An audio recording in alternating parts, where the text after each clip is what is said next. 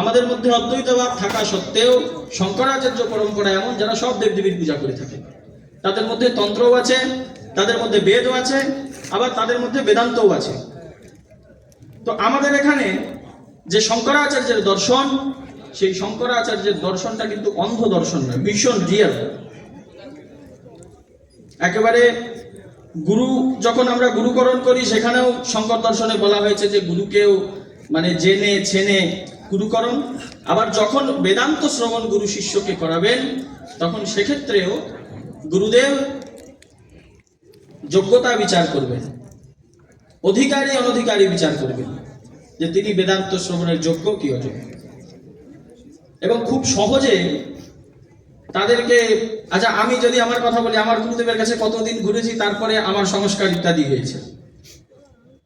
তো এই জিনিসগুলো শঙ্করাচার্যের যে ইনস্টিটিউশনাল যে ডিসিপ্লিন, এটা শাঙ্কর পরম্পরায়, শাঙ্কর দর্শনে আছে। So Shankaracharya's method was based on Shravana, Manana, Nididhyasana, listening, logical reflection, and deep contemplation. This three-step method is very similar to the scientific process. Science says observation, analysis, and verification through experience. শাঙ্কর দর্শনে যেখানে বলা হয়েছে শ্রোতব্য, মন্তব্য, নিদিধ্যাসিতব্য, উপনিষদের কথা, সেটি শঙ্করাচার্যের দর্শনেও বলেছেন। শ্রবণ করতে হবে, মনন করতে হবে, তারপর নিদিধ্যাসিতব্য হবে। আর আধুনিক বিজ্ঞানেও কিন্তু অবজারভেশন, অ্যানালিসিস আর ভেরিফিকেশনের কথা আছে।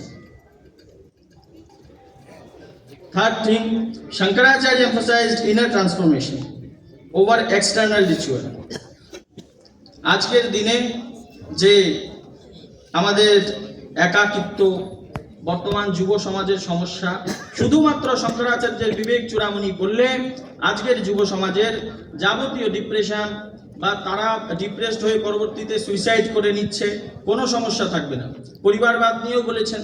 তো শাঙ্কর দর্শন এমন একটা কম্প্যাক্ট দর্শন, শাঙ্কর দর্শনকে গ্রহণ করলে আজকের যুব সমাজের জন্য, যাদের কাউন্সিলিং এর প্রয়োজন হয়, যারা সাইকোলজিক্যাল কাউন্সিলিং গ্রহণ করেন ইত্যাদি ইত্যাদি বিভিন্ন রকম, আর টুপি পরানোর জন্য মানুষ বসে আছে, সেই যুগে শুধুমাত্র শঙ্করাচার্যের বিবেক চূড়ামণি আমাদের সমস্ত সমস্যার সমাধান দিতে পারে।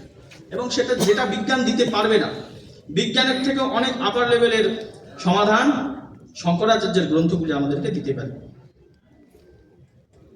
Today's world of stress, anxiety, identity conflict, everything, এক্ষেত্রে শঙ্করাচার্যের মেসেজটা most powerful. Shankaracharya also travelled across all India, 4টে মঠ করেছেন, সচ্চিদানন্দজি বিষয়গুলো বলেছেন। তো আমি খুব সংক্ষিপ্ত বক্তব্য দেবো, আমাদের একটি প্রোগ্রামেও যাওয়ার আছে। আগামীকাল আমাদের ন্যাশনাল লাইব্রেরিতে অখিল ভারতীয় সন্ত সমিতি সর্বভারতীয় সাধু সম্মেলন আয়োজন করেছেন।